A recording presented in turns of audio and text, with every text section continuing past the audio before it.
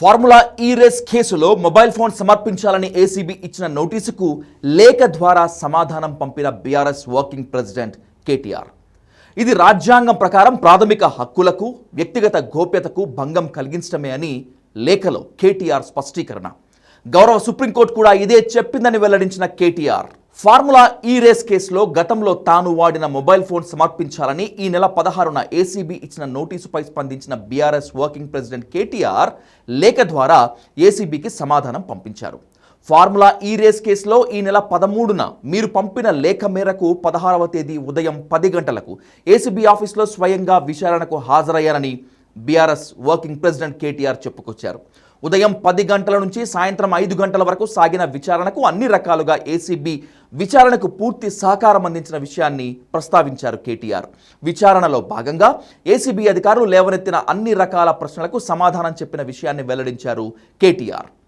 Formula race కేసులో ఈ నెల 16న విచారణ పూర్తయిన తర్వాత బిఎన్ఎస్ సెక్షన్ 94 ప్రకారం తనకు మరో నోటీసును అందించారని, అందులో తాను నెంబర్ 1 2021 నుంచి డిసెంబర్ 1, 2023 వరకు వాడిన మొబైల్ ఫోన్ను, ల్యాప్టాప్, ట్యాబ్, ఐప్యాడ్ వంటి ఇతర ఎలక్ట్రానిక్ పరికరాలను ఏసీబీకి సమర్పించాలని నోటీసులో కోరినట్లు కేటీఆర్ తెలిపారు. అయితే బిఎన్ఎస్లోని సెక్షన్ 94 కింద ఇచ్చిన నోటీసులో తాను నవంబర్ 2021 నుంచి డిసెంబర్ 2023 మధ్య కాలంలో వాడిన సెల్ ఫోన్, ఇతర ఎలక్ట్రానిక్ వస్తువులను ఎందుకు సమర్పించాలనే కారణం కానీ ఉద్దేశం కానీ పేర్కొనలేదని వెల్లడించారు కేటీఆర్.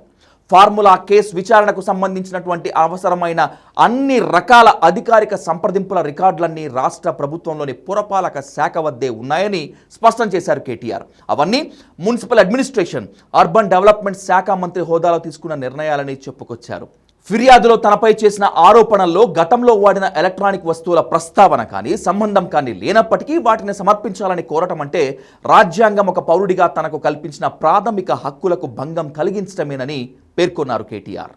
కేసు విచారణ కోసం తాను వాడిన ఎలక్ట్రానిక్ వస్తువులు అవసరమనే ప్రాతిపదికను ఎక్కడా కూడా ప్రస్తావించలేదని గుర్తు చేశారు కేటీఆర్. విచారణలో భాగంగా ఎలక్ట్రానిక్ వస్తువులను సేకరించాల్సి వస్తే గౌరవ సుప్రీంకోర్టు నియమ నిబంధనలను ఖచ్చితంగా పాటించాల్సి ఉంటుందని తెలిపారు కేటీఆర్.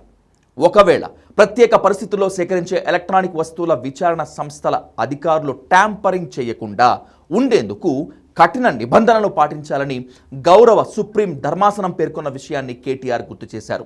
వ్యక్తిగత గోప్యతతో పాటు విచారణ పేరుతో ఓ పౌరుడి నుంచి ఎందుకు తీసుకుంటున్నారు అనే దానిపై సరైన కారణం చెప్పకుండా సేకరించిన సమాచారాన్ని ఆయనకే వ్యతిరేకంగా వాడటం సరైనది కాదు అనే రైట్ అగైనెస్ట్ సెల్ఫ్ ఇన్క్రిమినేషన్ అనేవి అత్యంత ముఖ్యమైనవి. వాటికి భంగం కలగకుండా ఉండేందుకు ఈ జాగ్రత్తలు సూచించిందని పేర్కొన్నారు. ఇదే అంశంలో రిట్ పిటిషన్ దాఖలు చేసిన పిటిషనర్కి గౌరవ సుప్రీంకోర్టు ఉపశమనం ఇచ్చిన విషయాన్ని కేటీఆర్ తన లేఖలో ప్రస్తావించారు. ఈ కేసులో రెస్పాండెంట్గా ఉన్న ఈడీకి పౌరుడి మొబైల్ ఫోన్ను వాడటం కానీ అందులోని సమాచారాన్ని కాపీ చేయటం కానీ చేయవద్దని కూడా స్పష్టం చేసిందని వెల్లడించారు కేటీఆర్. వివిధ దర్యాప్తు సంస్థలు విచారణలో భాగంగా చేసినటువంటి ఎలక్ట్రానిక్ వస్తువుల కేసులు అనేకం కోర్టులో పెండింగ్ ఉన్నాయని పేర్కొన్నారు. 2024 మొదటి త్రైమాసికంలో తాను మొబైల్ మార్చానని, తాను గతంలో వాడిన ఆ పాత ఫోన్ ఇప్పుడు తన వద్ద లేదని కేటీఆర్ స్పష్టం చేశారు. తాను ఫోన్ కాకుండా ఏ ఇతర ఎలక్ట్రానిక్ వస్తువులను వాడలేదని ఈ సందర్భంగా వెల్లడించారు కేటీఆర్.